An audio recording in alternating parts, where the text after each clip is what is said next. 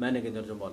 आज आपकी मुलाकात करवाऊंगा डिस्ट्रिक्ट पुंछ के उन नौजवानों से जिन्होंने रहबे खेल एक योजना है उसके तहत इन्होंने फॉर्म फिलअप किए गवर्नमेंट जॉब के लिए, लेकिन जब रिजल्ट आता है तो इन लोगों के साथ धांधली हो जाती है। क्या कारण था कि इनको कोर्ट का जो दरवाजा है उसको दस्तक देनी पड़ी और इनको सड़कों पर उतरना पड़ा मौजूदा प्रशासन के खिलाफ। इनसे जानकारी लेंगे, पूरे इस बोरा लेंगे इनसे कि आखिर क्या बात थी कि इनको लगा कि इनके साथ भेदभाव हुआ है, डिस्क्रिमिनेशन हुई है। एक तरफ जिधर ये रहते हैं उधर पाकिस्तान का बॉर्डर इनको सताता रहता है क्योंकि आए दिन पाकिस्तान वहां पे गोले बरसाता रहता है, और दूसरी तरफ जो इनका अपना प्रशासन है वो इनके साथ ऐसा भेदभाव कर रहा है। इनसे जानकारी लेते हैं और समझते हैं कि आखिर क्या वजह है कि इनको कोर्ट का दरवाजा दस्तक देनी पड़ी, कोर्ट के दरवाजे को। जी, आपका नाम? सर, सबसे पहले तो मैं आपका बहुत मशकूर हूँ कि जिन्होंने हमें अपनी फरियाद रखने के लिए आपने मौका दिया। जी, मेरा नाम तारिक मोहम्मद खान है, मैं मेंढर जोन से हूँ। और आप? सर, मेरा मोहम्मद आरिफ नाम है सर। आप कहाँ से? हरनी जोन से सर। हरनी जोन से। जी सर। और आप? सर, मेरा नाम जाऊर अहमद है, मेंढर तहसील डिस्ट्रिक्ट पुंछ से। डिस्ट्रिक्ट पुंछ से, तीनों पुंछ से। जी सर। आप मुझे बताएं कि आखिर क्या वजह थी कि आपको लगा कि आपके साथ भेदभाव हुआ, डिस्क्रिमिनेशन हुई है। जो मौजूदा प्रशासन है इन्होंने आपके साथ, आपकी नौकरियों के साथ, जो गवर्नमेंट नौकरी थी आपने जिसके लिए रहबरे खेल के तहत आपने फॉर्म फिल किया था, जब कैबिनेट का डिसीजन आया था 2017 में, तो उधर ये डिसीजन हुआ था कि आपको भी रहबरे जैसे बाकी बनाए हुए हैं योजनाएं जैसे फॉरेस्ट के, और वैसे ही खेल के तहत आप लोगों ने बीपीएड एमपीएड की रखी होगी, उसके तहत आपको नौकरियां दी जाएंगी। लेकिन जब नौकरियों की बारी आई, आप लोगों ने फॉर्म फिल किए, तो क्या कारण है आपको लगा कि आपके साथ भेदभाव हुआ? सर, जब इन्होंने रिक्रूटमेंट निकाली 2018 में, तो ये जून लेवल थी। जी, जैसे मेंढर की 18 पोस्टें आ गई, मनकोट की 12 आ गई, उसके बाद हरनी की 7 आ गई, बालाकोट की 11 आ गई। हमारे सब डिवीज़न मेंढर जो है, सब डिवीज़न मेंढर वो पूरी सरहदी इलाका है, वहाँ की कम से कम 80% जो मतलब आबादी है वो सरहद के करीब रहती है। तो हमने फार्म भरे, हमने अपनी फार्मेलिटी पूरी की, और मैं बीए बीपीएड प्लस एमपीएड था, तो हमने फार्म भरे सर। फार्म भरने के बाद जब इन्होंने मेरिट लिस्ट निकाली वाइवे के लिए, और 159 जो कैंडिडेट थे हमारे मेंढर के सब डिवीज़न के, तो इन्होंने सभी को वाइवे के लिए अलो किया। अब उसमें बीच में कैंडिडेट जो दूसरे जोन के जैसे मनकोट में वो बेसिकली एजुकेशन हिसाब से वो फॉल करती थी लड़की, तो इसमें रिटर्न भी हुआ था? नहीं, ये वाइवा बेस थी सर, इसका वाइवा था। तो इसमें सभी को बुला लिया जिसने फॉर्म फिल किया? हाँ, सभी को बुला लिया, वाइवे के लिए सभी को बुला लिया। तो एक लड़की जो है वो मनकोट जोन में फॉल कर रही है, वो एजुकेशन हिसाब से विलेज उसका मनकोट है, तो उसने मेंढर जोन में हमारे फार्म भर दिया। जब हमने मेरिट लिस्ट देखी तो हमने चैलेंज किया, हमने कहा, हमने ऑब्जेक्शन डाले ऑफिस के अंदर, स्पोर्ट्स डिस्ट्रिक्ट ऑफिस के अंदर के इसके अंदर मतलब ये डिस्ट्रिक्ट पुंछ में आपने? हाँ, डिस्ट्रिक्ट पुंछ में हमने डाला कि मतलब ये ओटा जोन है। उसके बाद जो एक दो जो थे लड़के तो कुछ फेक हमें महसूस हो रहा कि ये फेक हैं, तो हमें उनके फेक मतलब कि डिग्रीज फेक हैं, उनके लिए हमने चैलेंज किया कि हम इस लिस्ट में हम गड़बड़ है। तो इन्होंने हमें यही विश्वास दिया, हमने बस चैलेंज आपने कोर्ट में किया? बाद में किया, फाइनल के बाद किया हमने।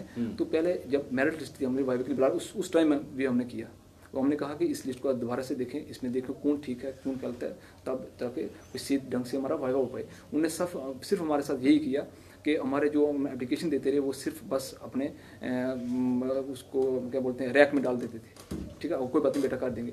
और इन्होंने कोई रिवाइज जो मेरिट लिस्ट नहीं की है, कोई मेरिट वाइवा नहीं की। और वाइवे के टाइम जब हमने निकाला मनकोट का, मेंढर का, बालाकोट का, अपनी अपनी डेट पे उन्होंने वाइवा निकाला, तो हम मेंढर वाले जो थे, हमारी एक डेट निकली थी, हमने उस पर वाइवा दिया। हमने उस दिन भी बोला कि ये जो कैंडिडेट हैं जो दूसरे मतलब जोन से बिलोंग करते हैं, तो इसमें वाइवा, उन्होंने कहा कोई बात नहीं, हमारी कमेटी अंदर बैठी हुई है, वो देख रही है, तो अंदर साथ देख रहे हैं। हमने फिर हम क्या ज़्यादा बोल सकते थे। आपको लगा कि जो कंसर्निंग ऑफिसर्स हैं उन्होंने आपकी सुनी है, तो हो सकता है कि आने वाले टाइम में आपकी लिस्ट वो ठीक करेंगे, फाइनल करेंगे, लेकिन हुआ नहीं हुआ। और उसके बाद इन्होंने कुछ अर्सा लिस्ट, कितना वक्त लिया उन्होंने? इन्होंने जब वाइवा होने के बाद इन्होंने कम से कम 3-4 महीने लिस्ट को दबा के रखा। फिर हमने लड़कों मारने कराई की निकालो। जब उन्होंने निकाली और उनने जब प्रोविजनल सेलेक्ट लिस्ट निकाली और जब हमने देखी, और देखने के बाद उसमें देखा कि जिस पे हम एलिगेशन लगा रहे थे कि दूसरे जोन की या कुछ है, वो सिलेक्ट में इसमें डाल दिया और उसमें उन्होंने कोई मेरिट नहीं किया। और उसमें उन्होंने बहुत सारे मतलब क्लरिकल, उसके बाद नंबर ऊपर नीचे, उन्होंने बहुत सारी मिस्टेक थी। ठीक है, तो उसके बाद हमने क्या किया, उधर ऑफिस में भी हमने RTA लगाया। हमने कहा कम से कम हमें RTA के तहत हमारा वाइवे का प्रो डाटा दो अलॉन्ग 4 मेंबर्स, क्योंकि DC साहब इसके चेयरमैन थे। तो इन आज दिन तक इस टाइम मतलब मान लो कि 1.5 माह हो चुका है, तो अभी तक इन्होंने हमें उस RTA के तहत कोई जवाब ही नहीं दिया। उसके बाद हमने क्या किया कि सोशल मीडिया पे किया, न्यूज़पेपर में लाया, हमने DC साहब को रिक्वेस्ट की। इट मीन्स कि हमने थ्रू मीडिया हमने गवर्नर सरकार से भी गुजारिश की। टोटल कितने कैंडिडेट्स हैं जो सफ़र कर रहे हैं इस टाइम? सर इनकी वजह से, इनकी घोटाले की वजह से, इनकी करप्शन की वजह से कम से कम इस कमेंडर का 60-70 बच्चा जो है इस टाइम वो परेशान हो रहा है। उनका मतलब इनका जीवन इन्होंने छीन लिया, उनकी ज़िंदगी उन्होंने बर्बाद कर दी है। और उसके बाद हमें मजबूरन कोर्ट में आना पड़ा। अब हमने कोर्ट का दबाव खटाया। अब कोर्ट ने यहाँ से नोटिस निकाला कि उनसे ये तलब किया कि आप फाइनलाइज लिस्ट, अगर आपने मतलब ये प्रोविजन आपकी, तो फाइनलाइज लिस्ट करके आप क्या करें, कोर्ट में पेश करें। और इनको 2 हफ्ते दिए गए कि 18 को इन्होंने पेश करनी थी, तो ये कोर्ट में नहीं पेश कर पाए।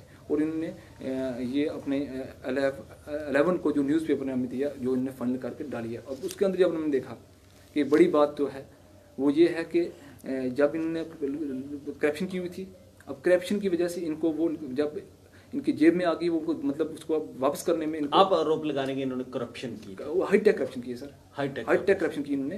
और इन्होंने क्या किया कि जिस पर हमें एलिगेशन लगा रहे थे, वो जब उसने मेंटल जोन में फार्म भरा, उसकी गलती है, चाहे क्लरिकली गलती है इनकी, या जिसका इन्होंने फॉर्म एक्सेप्ट किया, वो सीधी बाहर जाती थी। और उन्होंने क्या किया कि जो 12 कैंडिडेट सिलेक्ट थे मनकोट लिस्ट में, 12 वाले को मतलब छोड़ के जो गरीब बच्चा था, जो मतलब बेसहारा था, उसको 11 नंबर को बाहर करके वहाँ पे बीच में लड़की डाल दी। 11 नंबर उस लड़की को डाल दिया जो कि दूसरे किसी लेवल के जोन से ताल्लुक रखती थी, जो अपना जो जहाँ पे इन्होंने क्या किया कि इट मीन्स के सोर्स के मुताबिक हमें ये पता चला है कि इन्होंने पूरा जो है जो उसका फार्म है उस पर टेम्परिंग की है, टेम्परिंग करके वहाँ मनकोट डाल के, और उसको क्या किया कि अपना मेंटर से जब बाहर जा रही थी और उसने सीधा मनकोट में डाल दिया, और उन्होंने मनकोट में डाल दिया। तो उसके बाद हमने ये देखा कि पहले एक बच्चे को, उस लड़की ने फॉर्म लगाया था मेंढर से, और वो थी मनकोट की, बेसिकली मनकोट। तो फिर इन्होंने टेम्परिंग करके उसको मनकोट में डाल दिया 11 नंबर, जो अब फाइनल लिस्ट है, जो डायरेक्टर ऑफिस हमारे लिख लिया है, ये फाइनल लिस्ट है हमारी। जबकि अगर ऐसा होता तो वो इस लड़की के नाम पूरा बाहर निकाल, ये पूरा जब इसका फार्म गलत हो गया, जब इसने फार्म अप्लाई गलत किया, फॉर्म रिजेक्ट हो जाना चाहिए, फॉर्म रिजेक्ट हो जाना चाहिए, लेकिन ऐसा इन्होंने नहीं किया। उसके बाद इन्होंने जो वाइवा था, वाइवा के पॉइंट जो डिस्ट्रिक्ट अफसर मारा है, जो स्वर्ण सिंह है, सबसे बड़ा घोटाला करने वाला वो है, उसने हाईटेक करप्शन की। और जो हमारा जेडो है, जिसका राजेंद्र कुछ ऐसे नाम है, तो उसने, इन दोनों ने मिलके, और उन्होंने ये भी किया कि जो डिपार्टमेंट में इनके अंदर, चाहे वो टीचर थे चाहे वो लेक्चर थे, उन्होंने ये किया कि अब सबसे पहले इन्होंने एक ऑप्शन रखा कि हमारे जो डिपार्टमेंट में है, किसी का कोई रिलेटिव है, किसी का कोई भाई है, किसी का कोई भतीजा है, उन लोगों को पहले इन्होंने एडजस्ट किया। ठीक है, अब करने के बाद इन्होंने क्या किया, जो बाकी बच्चे उनसे हाईटेक करप्शन की, और करप्शन करके इनके लिस्ट के अंदर डाले, और जो गरीब बच्चे थे, पढ़े लिखे बच्चे थे, और उनको नज़रअंदाज कर दिया। और अब हमने जब वो उसको दोनों को मिलाया, जो प्रोविजन लिस्ट को मिलाया और दूसरी उनको फाइनल लिस्ट को मिलाया। फाइनल प्रोविजन का मतलब होता है एज ए वो सेलेक्ट लिस्ट होती है, प्रोविजन का मतलब ये होता है उसमें छोटी मोटी क्लरिकल मिस्टेक हो सकती है, इतनी बड़ी क्लरिकल मिस्टेक नहीं हो सकती है कि एक बच्चे को आप वाइवे के 11 पॉइंट दे रहे हो, और उसको फिर आप जब कोर्ट में हमें केस किया, इनके खिलाफ हमने क्राइम में भी केस किया, न्यूज़पेपर में लाया हमने। और उसके बाद जब इन्होंने क्या किया कि अपने मतलब एक थोड़ा बचाव के लिए इन्होंने क्या किया कि जिस बंदे को इन्होंने पहले 11 नंबर दिए थे, आप 9 पॉइंट कुछ दे रहे हैं, जिसको 12 दिए थे आप कुछ दे रहे हैं ऐसे, और जो बच्चे बीच में अब इन्होंने डाले कुछ जो वेटिंग में भी नहीं थे, वो भी सीधा बीच में डाल दिया। मतलब इन्होंने इनका मंशूर यही है, इनका ये मंशूर था कि इनका यही है कि इसको निकालना। और आपको कैसे पता वो वेटिंग में नहीं थे? तो हमारे पास लिस्ट है सर, हमारे पास लिस्ट है जो मेरिट की थी, जो पूरा डॉक्यूमेंट्स आपने पूरे रखे, पूरी डॉक्यूमेंट पूरी तैयारी करके बैठे हुए पूरी सर। और उसके बाद हमारे पास फाइनल लिस्ट है, उसके बाद हमारे पास पूरे हैं। और इन्होंने इतने जो इन्होंने ये घोटाला किया, और इनको ये पता नहीं कि हम मतलब इतनी वायलेशन कर रहे हैं। मतलब एक सवाल उठता है कि आपने कंसर्निंग ऑफिसर जो इनके ऊपर ऑफिसर्स थे उनसे कभी बात की इस बारे में? हमने डीसी साहब को बताया। कौन थे डीसी साहब? राहुल यादव साहब हैं। राहुल, उसके पास हम गए, उन्होंने क्या बोला? जब आप फरियाद लेके गए उनके पास? गए, हमारे बच्चों ने वहाँ पे एप्लीकेशन डाली, उन्होंने मार की, डिपार्टमेंट को मार की है। तो उसके बाद उन्होंने क्या किया, उन्हें हमें विश्वास दिलाया कि कर देंगे ये ठीक है। लेकिन डिस्ट्रिक्ट अफसर जो है इसमें जो मेन इन्वॉल्वमेंट है डिस्ट्रिक्ट अफसर की है, और उसने जो वाइवे के अंदर गड़बड़ की है, जो कम नीचे किया है, और अभी जब लिस्ट निकलने पहले तक इसने क्या किया कि इसने पूरा वो वाइवे का रिकॉर्ड जो इसको 2 जून का था, जैसे 2 डिस्ट्रिक्ट का इसको चार्ज था, इसने वो जब हमने शोर निकाला और इसने एक एकदम पूरा वाइवे का रिकॉर्ड निकाल कर अपने रजौरी में ले आया, और रजौरी में, क्योंकि ये 2 डिस्ट्रिक्ट था। और इसने मतलब इसने फिर वाइवे में मतलब इसने चेंजिंग की, क्या करना है, कैसे करना है, किसको डालना है, किसको निकालना है, मतलब इसने मतलब उसका मतलब कानून की परवाह रखते बगैर। हमारी ये सरकार से ये गुजारिश भी रहेगी, हमारी सरकार से, गवर्नर सरकार से गुजारिश रहेगी कि जब गवर्नर सरकार होती है तो युवा लोग हों चाहे वो आम लोग हों, उनको ये विश्वास होता है कि इसके अंदर हमारी कहीं आवाज़ सुनी जाएगी। और हमारी ये गुजारिश रहेगी कि आपकी आवाज़ सुनी गई जी, फिर आपकी आवाज़ सुनी गई, ये पूछ रहा हूँ मैं कि गवर्नर रूल था तो आपकी आवाज़ सुनी नहीं गई? नहीं सुन गई, हमारी आवाज़ नहीं सुन गई।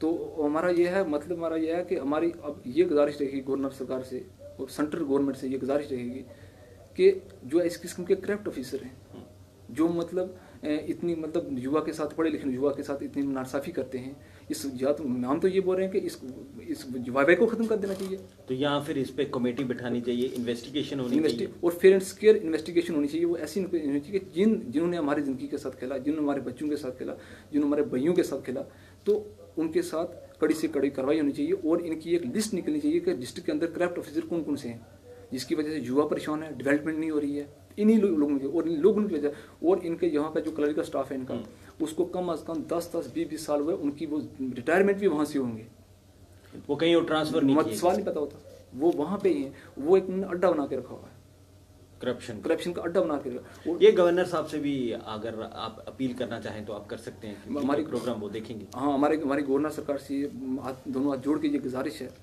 कि जो ये हमारी लिस्ट है खेल की निकाली, इसमें सरासर जो है 70% धांधली हुई है। और इस लिस्ट की हम चाहते हैं पूरी की जांच हो, पूरी लिस्ट की जांच हो कि मतलब इस लिस्ट के अंदर कितने घोटाले किए हैं, क्या क्या किया इन्होंने, और इस लिस्ट के अंदर जो अपना जो भी कसूरवार हैं, जो भी हमारा डिपार्टमेंट कसूरवार है, उसके हाथ कड़ी से कड़ी कार्रवाई होनी चाहिए और उनके पास एक नोटिस लेना चाहिए कि ताकि दोबारा इस किस्म की हरकत न कर सके। जी बिल्कुल, मैं आपके पास आऊँगा, आपसे ये जानूंगा कि माँ बाप ने आप लोगों को पढ़ा लिखा के, कई ने उधार लेके आप लोगों को पढ़ाया होगा, कई कैंडिडेट्स बीच में ऐसे होंगे, जब उन्होंने फॉर्म फिल किया तो उनका नंबर आया, वो गए इंटरव्यू देने। अब जाहिर सी बात है, जो इंटरव्यू देना जाता है उसको इतना मालूम होता है कि मैं किस लेवल में पहुंचा हूं, क्या मैं क्रॉस कर पाऊंगा या नहीं कर पाऊंगा, और क्या मैं पास कर पाऊंगा या नहीं कर पाऊंगा। और उसके बाद जब वो घर लौटते हैं, जिस तरह से आप लौटे होंगे, खुशी होगी कि मैंने इंटरव्यू मेरा बड़ा अच्छा गया, हो सकता है कि लिस्ट में मेरा नाम आ जाए, तो मेरी प्लानिंग होगी, मैं ये गाड़ी खरीदूंगा, शादी करूंगा, जो भी होगा, जो प्लानिंग होती है हर एक इंसान की, वो आपने प्लानिंग की होगी। लेकिन जब लिस्ट बाहर निकलती है तो आपका नाम बीच में नहीं होता है, और कई वो लोग आ जाते हैं बीच में जो आपके जोन के होते भी नहीं। कैसा फील हुआ था तब आपको? सर बात ही मत पूछो, वो तो कैसा फील होता है जब किसी के ऊपर कोई जुल्म करे, तो फिर वो तो होता ही है ना। सबसे पहले बड़ी बात तो यही है कि बात इस तरह से कि मेरा जो है मेरिट लिस्ट में 6ठा नंबर था। 6ठा नंबर था? जी सर। तो इन्होंने पता है क्या 10 नंबर और 16 और 23 वाला पीछे से सिलेक्ट किया बीच में। तो जो 23 वाला उसको पता, अब उन्होंने क्या किया कि उसको निकाल दिया। जब मेरिट लिस्ट निकल गई, आपका 6ठा नंबर आया, फिर उसके बाद फाइनल लिस्ट निकलती। हाँ, फाइनल लिस्ट क्यों निकाली फिर, जब मेरिट लिस्ट में अगर आपका नाम आ गया था? तो मेरिट लिस्ट तो ये नंबर के हिसाब से आया ना जी। तो उन्होंने लिया ना, वाइवा लिया ना हमारा। वाइवा में हो सकता है अगर वो कह देते कि आपने पास नहीं किया, ये वो भी तो कह सकते हैं। चलो वो कह सकते हैं, मैं मान रहा हूँ। तो अब जो 23 वाला उसको निकाल दिया अब उन्होंने बाहर। हाँ, उसको बाहर निकाला। उसको पहले उन्होंने वाइवे में पता कितने नंबर दिए, 13 नंबर दिए जी, सिलेक्ट किया। उसके बाद उसको 2 नंबर पीछे कर दिया उसको। हाँ, उसको 2 नंबर पीछे कर दिया। हाँ, 2 नंबर उसको एक कम किया अब उन्होंने कम कर दिया। हाँ, तो और आपको 6ठे नंबर से उठा के बिल्कुल बाहर कर दिया। हाँ, बाहर ही। हाँ, जबकि आपका ये मानना है कि आपने इंटरव्यू अच्छा किया था। हाँ जी सर, जो उन्होंने पूछा वो बताया हमें। आपने सर, सबका आंसर दिया, जी ठीक ठाक सर। आंसर दिया। जी सर। तो फिर आपको पूरी उम्मीद थी कि आप पास हो जाएंगे, जी सर। लेकिन हो नहीं पाए। हो नहीं पाया सर ऐसा। मैं आपसे जानना चाहूँगा, जब ये लिस्ट के साथ ऐसे हेराफेरी हुई, अब जाहिर सी बात है डिपार्टमेंट पे आप पूरा पूरा एलिगेशंस लगा रहे हैं कि उन्होंने करप्शन की, उन्होंने हाईटेक करप्शन की, जिस तरह से आपके साथी ने कहा।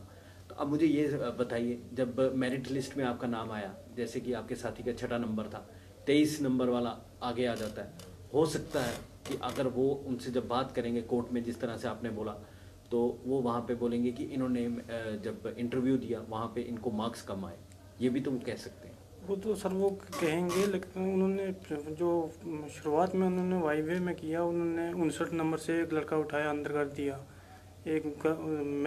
जो मनकोट जोन की लड़की थी उसको अंदर हमारी लिस्ट में डाल दिया। फिर एक लड़का 36 नंबर से उठा के उन्होंने अंदर कर दिया। वो तो उनके हाथ में है, वो जो चाहे करें, उन्हें कोई पूछने वाला नहीं है, क्योंकि वो करप्ट हैं तो करप्ट ही रहेंगे। तो जब इन्होंने हमें कोर्ट का दरवाज़ा खटखटाया तो इन्होंने थोड़ा उसमें चेंज किया, डर की वजह से थोड़ा इधर उधर किया, लेकिन पूरी तरह नहीं कर पाए। जब आपने कोर्ट के हवाला, जब दरवाज़ा दस्तक दी कोर्ट को, तो कोर्ट ने क्या बोला था? कोर्ट ने माना कि आप लोग जायज़ हैं? जी जी, कोर्ट ने माना और उन्होंने डायरेक्शन दी और उनसे विद प्रूफ मांगा। इन्होंने कहा 1 हफ्ता तो उन्होंने कहा, कोर्ट ने कहा कि नहीं 1 हफ्ता नहीं, आप 15 दिन ले लो। 15 दिन के अंदर अंदर आप ये सारी फॉर्मेलिटी लेके विद रिकॉर्ड यहाँ पहुँचो। और इन्होंने जब 15 दिन के बाद टाइम पूरा हुआ तो 18 को इनको पेश होना था कोर्ट में, तो ये रिकॉर्ड ही नहीं ला पाए, क्योंकि उसमें बहुत धांधलियाँ की हुई थी अपनी मर्जी से। फिर इन्होंने जब फाइनल लिस्ट बनाई तो उसमें इन्होंने क्या किया कि जो 36 नंबर वाला लड़का इन्होंने गड़बड़ करके अंदर डाला हुआ था, अब उसको पहले नंबर उसको दिए 11, अब उसको निकाल रहे हैं 2 नंबर कम देके 9 नंबर कर दिए उसके। 9 नंबर कर दिए, मतलब दो बार इन्होंने टेम्परिंग की है। दो बार दो बार की है। तब आपका मसला, सारा मामला जो कोर्ट के पास है, अधीन है, अब कोर्ट ही फैसला करेगी। जी, कोर्ट ही से एक कोर्ट ही है जो फैसला हमें भरोसा है, बाकी तो ये सब करप्शन के खाते वाले हैं। जी बिल्कुल। अब आप मुझे ये बताएं कि जिस कदर ये जो करप्शन हुई, आपसे पूछूंगा मैं, ये जो करप्शन हुई और आपके साथीगण ने बताया कि इनके इंटरव्यू बड़े ठीक ठाक गए थे, लेकिन उसके बावजूद जिस तरह से वहाँ पे टेम्परिंग हुई, साजिशें रची गई, आप लोगों को उठा के पिक एंड चूज़ पॉलिसी जो थी ये अपनाई गई, कईयों ने अपने रिलेटिव्स लगाए, कईयों ने जिस तरह से आप लोगों ने एलिगेशंस लगाए करप्शन के, और उन्होंने करप्शन लेकर उन लोगों को लगाया, उन बच्चों को लगाया जिन्होंने करप्शन करवाई थी, और आप लोगों को बाहर का रास्ता दिखा दिया। अब कोर्ट का तो है ही है, जो कोर्ट का फैसला होगा वो तो सबको मानना ही पड़ेगा। उसके बाद आप लोगों की क्या उम्मीद है कि ये जो मौजूदा प्रशासन है ये क्या करेगा आपके साथ? मतलब हमारा प्रशासन आपकी किस तरह की हेल्प करेगा? मतलब कोर्ट नहीं, प्रशासन जो गवर्नर महोदय के अंडर है। हमारी गवर्नर सरकार से ये गुजारिश रहेगी, और ख़ासकर मोदी जी से ये गुजारिश रहेगी हमारी, कि हमारा एक सरहदी इलाका है, हम गरीब खानदान से रखते हैं, और बड़ी मतलब मुश्किलात के साथ हमने तालीम हासिल की है। बड़ी गुर्बत वो है आपके इलाके में, ये सब जग जाहिर है, ये सबको मालूम है। और जिस तरह से बर्फबारी भी होती है वहाँ पे, और सर्दियों में वहाँ पे आपको पढ़ना पड़ता है, बड़ी मुश्किलातों का सामना करना पड़ता है, क्योंकि वहाँ पे बिजली की भी समस्या रहती है, पानी की भी समस्या रहती है, जाहिर सी बात है, सड़कों का भी वहाँ पे प्रॉब्लम्स है। उसके बावजूद आप लोग पढ़ लिख कर इस मुकाम पे पहुँच जाते हैं, और आप लोगों को ये उम्मीद होती है कि जब आप एग्ज़ाम देते हैं तो आपको फेयर लिस्ट आने का, रिजल्ट आने का पूरी उम्मीद होती है, लेकिन फेयर रिजल्ट नहीं आता जिस तरह से आपने कहा, और आपको मजबूरी में कोर्ट का दरवाज़ा खटखटाना पड़ता है। और अब कोर्ट ने जिस तरह से उनको फटकार भी लगाई है कि आपने 15 दिन के अंदर हमें वो पूरे सबूत और वो देने हैं, लेकिन वो नहीं दे पाए जिस तरह से आपके साथी ने बताया। अब मुझे ये बताएं कि अब और कितना वक्त लगेगा उनको ये सारा सिलसिला करने में? अब हमारी तारीख जो है नेक्स्ट टू डेट है वो 8 को पड़ी हुई है, 8 अप्रैल। अब देखते हैं कि उसमें क्या वो मतलब दे रहे हैं या क्या कर रहे हैं, वो उनका मैटर है। तो हमारी ये गुजारिश है कि हमने इसमें तो हमने बिल्कुल क्लियर कर दिया, उन्होंने खुद ही क्लियर कर दिया। आप लोगों की जिस तरह से मुसीबत जो आपने झेली है, आपका कहने का मतलब ये है कि अगर आप लोगों ने कोर्ट का दरवाज़ा खटखटाया है तो आने वाले वक्त में और कोई आपका साथी, आपका भाई बहन कोई भी हो, वो सफ़र ना करे और कोर्ट ये डिसाइड करे, ख़ास तौर पर गवर्नर महोदय वो ये डिसाइड करें कि जो वहाँ पे एक कमेटी कॉन्स्टिट्यूट की जाए किसी अच्छे ऑफिसर के अंडर, ताकि वहाँ पे पूरा पानी का पानी और दूध का दूध हो जाए और पता चल जाए कि किसने करप्शन की है और किसने नहीं। और जो कोई करप्ट ऑफिसर इसमें शामिल दिखता है तो उस पर सख्त सख्त कार्रवाई की जाए, ताकि आप लोगों का फ्यूचर जो है वो डार्क या अंधेरे में ना जा सके। यही कहना चाहते हैं आप लोग? जी, और हमारी ये भी गुजारिश रहेगी कि जो ये ऑफिसर हैं, अगर इस तरीके के साथ, एक तो सरहदी इलाका, एक तो सरहदी गोलाबारी हो रही है उस वजह से परेशान, और दूसरा हम बहुत पिछड़े पसंदीदा इलाका से तल रहते हैं, और हमारे माई बाप को जो हमें उन्होंने पढ़ाया, इतनी मेहनत मजदूरी, उनका रियायत रहता है कम से कम हमारा आखिरी सहारा बन जाएंगे। बिल्कुल। और सबको युवा को परेशान करने वाले जो हैं ये लोग हैं।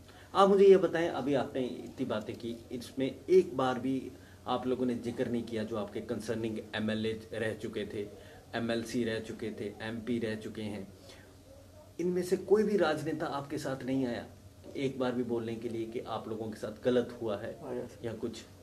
आए थे हमारे एमएलए साहब थे, उन्होंने आवाज़ उठाई थी कि उन्होंने आवाज़ ये उठाई कि इस जो लिस्ट है हमारी, इसको क्रैश किया जाए, इसको रीड्रा किया जाए, क्योंकि इसको उन्होंने सामने ये जाहिर कर दिया अपने, मतलब उन्होंने एक प्रेस कॉन्फ्रेंस दी, उसमें उन्होंने जाहिर कर दिया कि इसमें सरासर धांधली हुई है और बहुत बड़ी धांधली हुई है, और इसको रीड्रा, उन्होंने डीसी साहब से रिक्वेस्ट की और फोनिकली भी उनसे बात की है कि इसको रीड्रा करें, लेकिन ना जो है डिपार्टमेंट को अब जेब तो भरा हुआ है, अब जेब में निकालने से थोड़ा परेशानी आती होगी। और हमारी ये गुजारिश रहेगी गवर्नर सरकार और ख़ासकर मोदी जी से, ये हमारी गुजारिश रहेगी कि जो करप्ट ऑफिसर हैं, ये जो डिपार्टमेंट हमारा इसलिए बनाया गया था कि दूसरी एजुकेशन के साथ साथ जो फिजिकल एजुकेशन है, ताकि इसका भी एक सब्जेक्ट लगे, ये भी स्कूल के अंदर कम से कम जो फिजिकली टाइप तो बच्चों का ज़हन जो है एक मतलब एक चले, ताकि उसके साथ आसानी के साथ वो क्या करें कि खुशहाल ज़िंदगी के साथ अपनी तालीम हासिल करें। लेकिन इन्होंने तो एक दबा लगा दिया है कि एजुकेशन, फिजिकल एजुकेशन डिपार्टमेंट के अंदर, और फिजिकल एजुकेशन डिपार्टमेंट है, हमारी ये गुजारिश रहेगी कि इसको डिस्ट्रिक्ट पुंछ में जो भी ऑफिसर लगे हैं, जो भी डिपार्टमेंटली लोग लगे हैं, इनको फौरी चेंज किया जाए। और इनको अगर आप देखेंगे बायोडाटा तो इनको किसी को 10 साल, 15 साल, 20 साल, इट मीन्स के वहाँ से रिटायरमेंट हो रहे हैं, तो वहीं से रिटायरमेंट हो रहे हैं, एक बार भी इनको बाहर शिफ्ट नहीं किया। और सबसे ज़्यादा जो हमारा जो डिस्ट्रिक्ट स्पोर्ट्स ऑफिसर, हमारा क्लरिकल स्टाफ है, जो जेडो हमारा हो, चाहे वो डिस्ट्रिक्ट मतलब हो, वो पूरा डिपार्टमेंट का उनको ये पूरा अड्डा मालूम है कि क्या करना है, किसको निकालना, क्या वहाँ 100 बार अगर हम फरियाद करें, अगर हम 100 बार ही फरियाद करें, कुछ भी करें, हमारी कोई सुनने वाला नहीं है, उनको वो बेखतर है, उनको पूछने वाले कोई नहीं है। आप मुझे बताएं कि आप में से कोई भी अभी तक अपना पूरा रिप्रेजेंटेटिव लेके गवर्नर महोदय से मिला?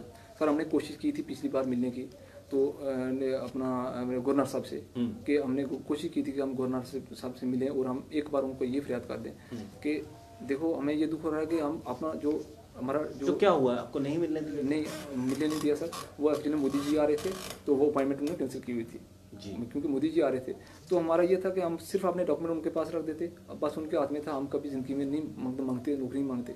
चलो, अब अगर हमें ये पता होता कि हमारे साथ इतना हो रहा है, तो हम क्या तालीम नहीं करते, हम कोई और कोई टेक्निकल करते, कोई कुछ और करते। चलो आपने, आप यहाँ से गुजारिश करते हैं गवर्नर महोदय को? हम ये गवर्नर मोदी जी से हम ये गुजारिश करेंगे कि उन्होंने बहुत अच्छे, जो जब से वो आए हैं बहुत अच्छे काम कर रहे हैं, बहुत से डिपार्टमेंट पर उन्होंने लगाम निकाली है, और बहुत सारे जैसे जीएसटी हो, जैसे बहुत बड़े प्लान उन्होंने बहुत सारे निकाले हैं, बहुत बड़े अच्छे प्लान निकाले हैं, और कम अज़ कम उनकी जो है उन्होंने एक डिपार्टमेंट को पकड़ रखी है। लेकिन हमारी ये गुजारिश है कि खास करके फिजिकल जो डिपार्टमेंट है, इसको पूरा एंगेज किया जाए, उस डिपार्टमेंट से काम लिया जाए, और साथ ही साथ उन ऑफिसर्स को जरा बाहर, जो स्टेट है जम्मू कश्मीर स्टेट छोटी सी स्टेट नहीं है, काफ़ी बड़ी स्टेट है, लेह लद्दाख एरिया भी है, कारगिल भी है, वहाँ पे भी उनको भेजा जाए, उनको दिखाया जाए कि जम्मू कश्मीर छोटा सा एक वो इलाका नहीं है जो सिर्फ पूंछ इलाके तक ही है। उनको ये भी पता चले कि वो इलाका जो है वो कारगिल भी है, लेह लद्दाख भी है, और काफ़ी तमाम दूर दराज इलाके भी हैं, वहाँ पे भी उनको भेजा जाए, और वहाँ पे उनकी ज़रा पता तो चले उनको कि बाकी इलाके कैसे होते हैं, वहाँ पे भी कैसे कार्य होते हैं, और यहाँ पे दूसरे ऑफिसर्स को लाया जाए, ताकि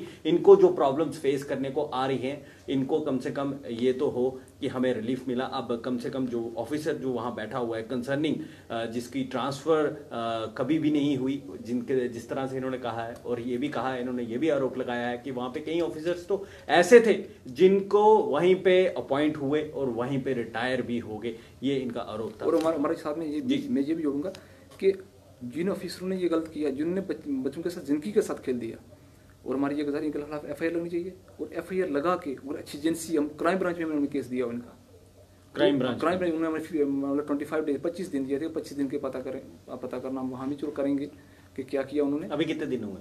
अभी मेरे ख्याल में 24-25 हो गए हैं, तो हम उनको पता करेंगे। क्राइम ब्रांच में भी इन लोगों ने इनके खिलाफ पूरा ये दायर किया था केस, और उसके बाद इन्होंने गुजारिश की है जो गवर्नर महोदय सत्यपाल मलिक जी हैं उनसे, और जो प्रधानमंत्री नरेंद्र मोदी जी हैं उनसे, कि इनकी जो समस्या है उनको सुने और इनकी जो समस्या है उसको खास तौर पर प्रायोरिटी बेसिस पर देखें, क्योंकि ये उस इलाके से बिलोंग करते हैं जिस इलाके में एक तरफ तो पाकिस्तान बमबार्डिंग करता रहता है और दूसरी तरफ मौसम की भी मार ये लोग खाते हैं। और जिस तरह से जो ऑफिसर्स वहां पे बैठे हुए हैं, जो अपॉइंट वहीं होते हैं, रिटायर्ड भी वहीं से हो जाते हैं, उन्होंने भी इनको परेशान कर रखा है। और एक टीम कॉन्स्टिट्यूट करने के लिए इन्होंने मांग की है कि टीम कॉन्स्टिट्यूट हो, ताकि जो इनकी लिस्ट में जो धांधली हुई है वो कम से कम पता चल सके कि किसने उसमें धांधली की है, और जो ऑफिसर उसमें करप्ट पाया जाता है, जिसने ये धांधली शामिल पाया जाता है, उस पर सख्त से सख्त कार्रवाई की जाए।